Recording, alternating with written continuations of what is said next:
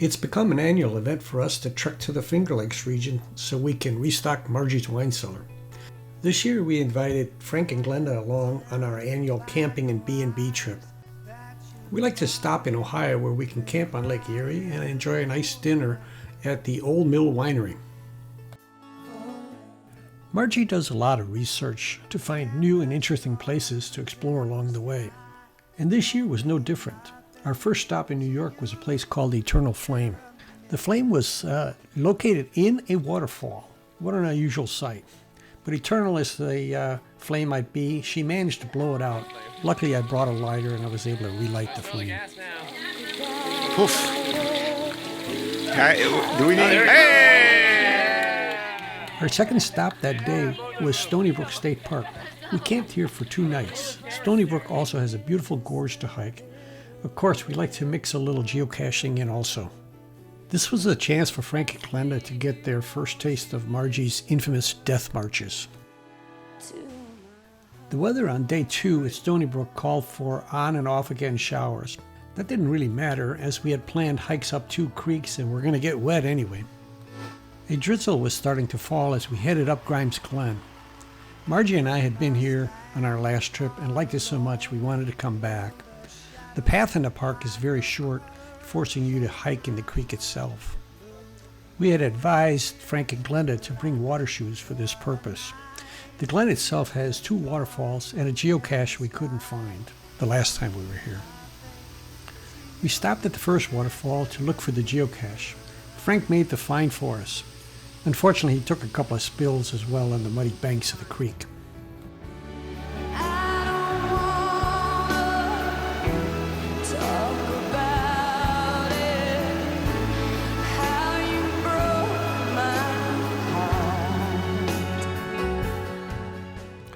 Working our way around obstacles and through the water, we soon arrived at the second waterfall, which has a large plunge pool.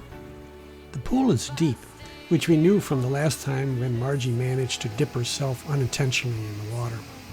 But it's fun to explore the area around the pool. There's a shallow cave on the far side, and it's possible to work your way around the edge of the pool for a perfect photo op at the bottom of the waterfall.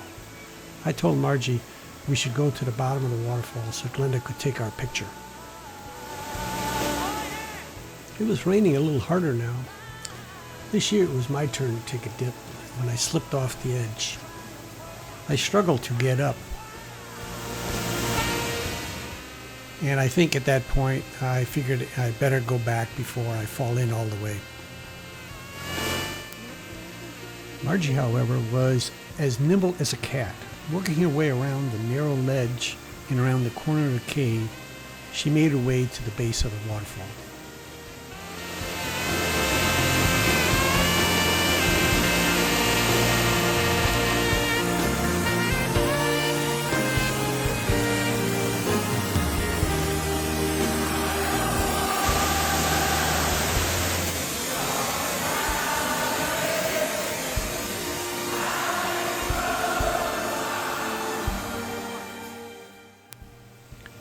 After making her obligatory wave, she made her way back.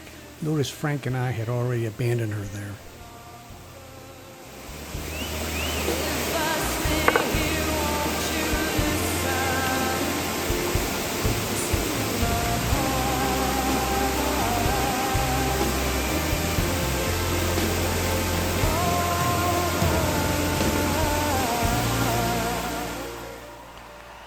We hiked back down the creek to the car.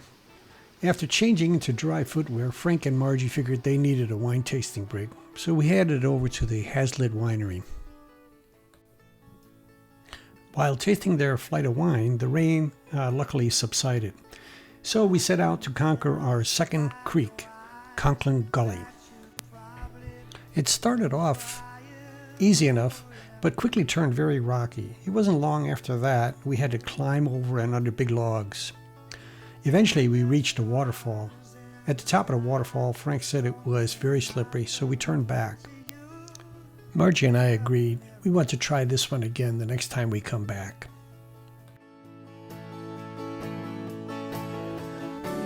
I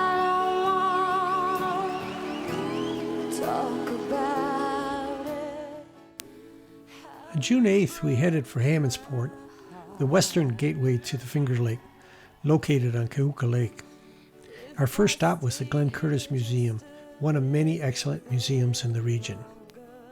We spent the morning there, learning about Curtis's achievements and struggle with the Wright brothers, and ended our visit at the burial site of Glenn Curtis.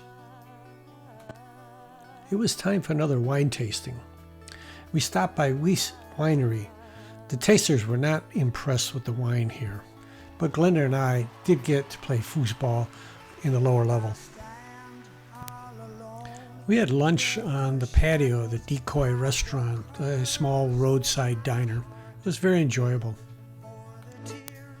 Margie discovered the next winery on our previous trip. It was one of her favorites. It sits on the eastern shore of Cayuga Lake, a perfect spot to enjoy the wine while taking in the view of the lake. Glenora Winery does not have very good wine, but we went there to show Frank and Glenda how the inspiration for the wine label came from the local waterfall scene.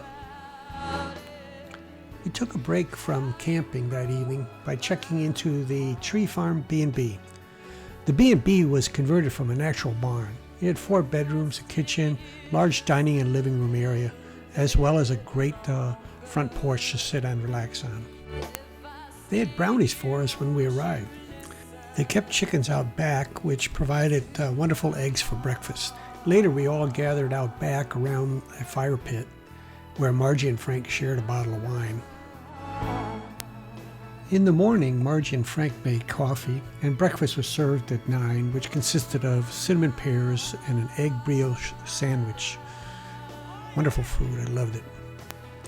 It was a rainy morning, and we set out for some wine tasting around 10 a.m. Our first stop was Ventosa. Although they had a great outdoor view, the weather kept us inside for the tasting. The Finger Lakes empty out through canals at the north end. While they were wine tasting, I discovered a forest reserve along the canal across the street from the winery, so we headed over there for some geocaching after the tasting. We stopped for another wine tasting at Zugibe, not sure how you say that. The crest was created by the son of the owner when he died. It's used on both the bottle label and on a stained glass that the son also made. We visited another museum in Seneca Falls, and then we drove to the Scale House restaurant for dinner. We checked in at the Watkins Glen campground for a 4-night stay. Margie and Frank had had numerous wine tastings, so Glenda and I headed for Watkins Glen for some ice cream. Later, we enjoyed a campfire. While camping at Watkins Glen, we started the day with breakfast at Dunkin' Donuts. The Thirsty Owl was another favorite from a previous trip, but Margie was disappointed as they could not do the tasting outside like she had done on the previous visit.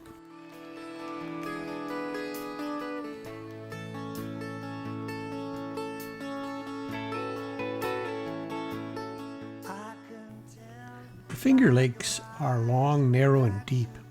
The steep terrain has created numerous gorges and waterfalls. So the plan on this trip was to show Frank and Glenda some of the best of these features. We started with the Togonak Falls, the tallest waterfall in the Finger Lakes. There's a path that parallels the stream bed, which is wide. Most days you can walk in the stream bed as you work your way towards the falls. We saw numerous tadpoles in the small pockets of the water in the dry part of the stream bed. It was a short, level walk in the gorge, so afterwards we headed up the rim trail to get a different perspective.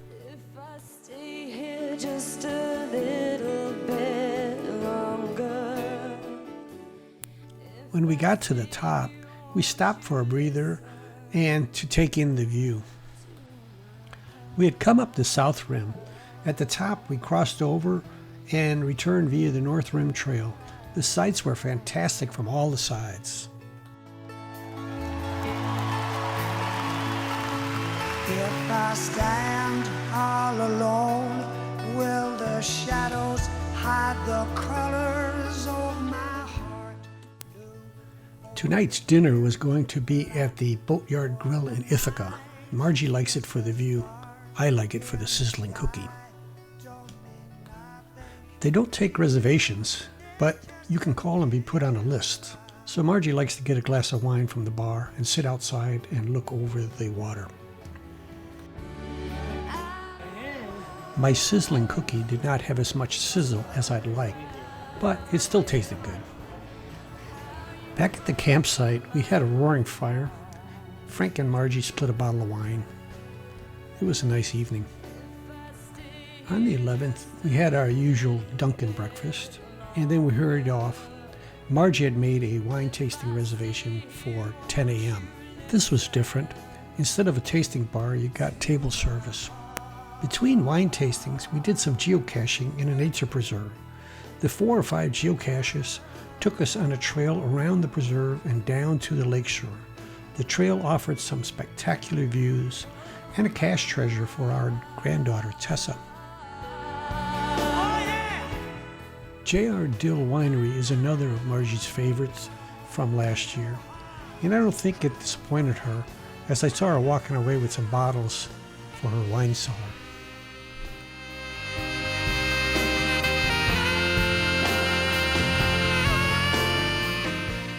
If you only have time to visit one gorge trail in the Finger Lakes region, Watkins Glen is the one. For this reason, it's also very busy with visitors. The trail is best viewed by starting at the bottom and walking up. There are waterfalls, slot canyons, tunnels, staircases, and more.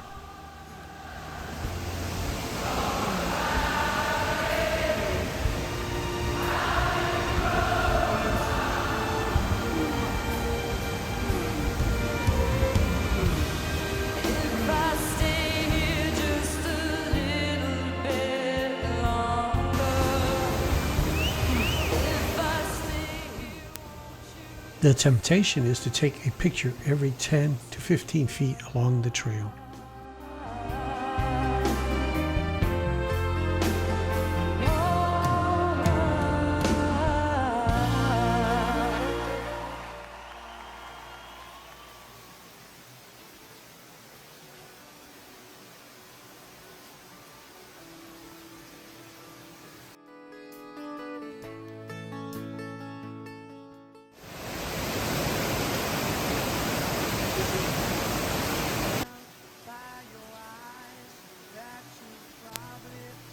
As we're walking back on the rim trail, we are treated to a special sight. A rare and endangered petal-tailed dragonfly lands right on Frank's hand. Watkins Glen is known for its speedway.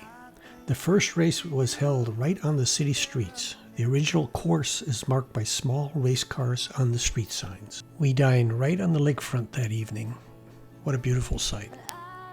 We start June 12th with a visit to Wagner's Winery, another visit made by reservation. Our server is John, who gives us a long presentation on grapes, their DNA, and origins. We learned lots of interesting facts like the difference between rosé and blush wines. John has even written a book on the topic, which Frank buys later in the gift shop.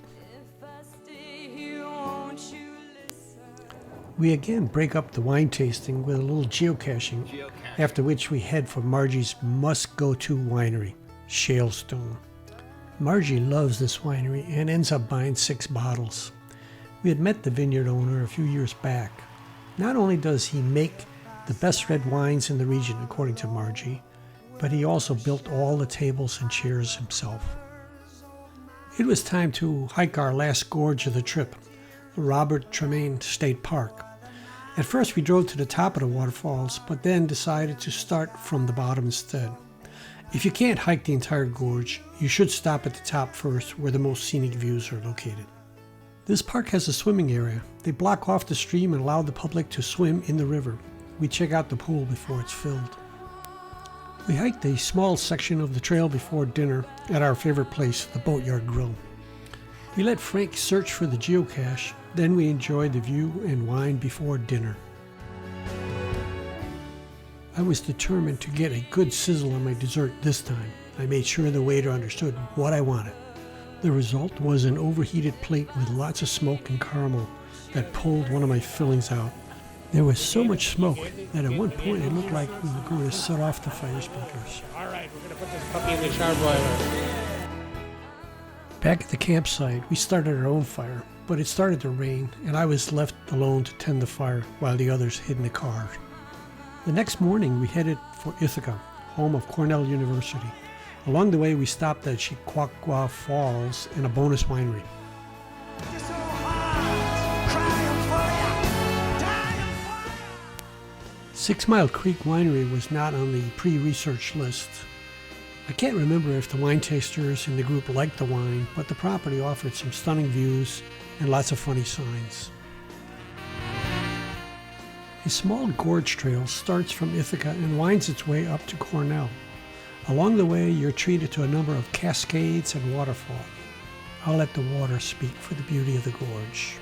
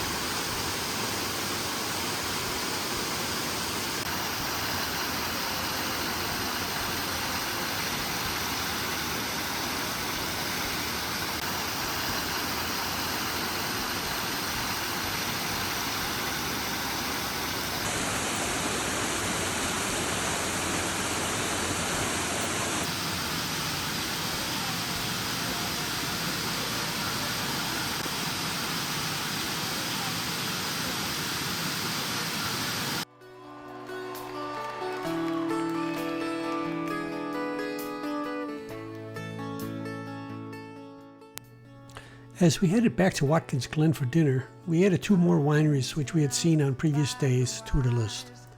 Both had great views, but only the first was judged good enough to visit again.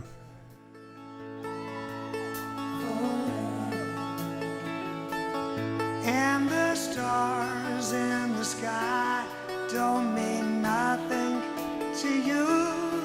They're a mirror. For our last night in the Finger Lakes region, we treated ourselves to dinner at the Horset restaurant on the shores of Lake Seneca and a room at the Tree Farm B&B.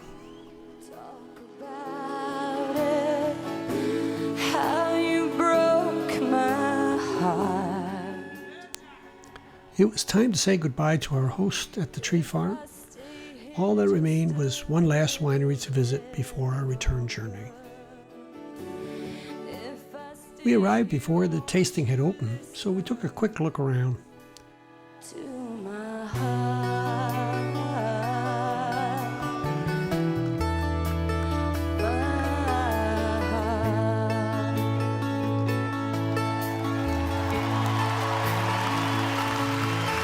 I stand all alone. This was a little different than the other wineries. The hostess brought us to the back patio where we were seated at a nice shaded table. To Frank's dismay, the server explained the tastings were a la carte. In other words, a separate fee for each tasting. To you, they're just a mirror.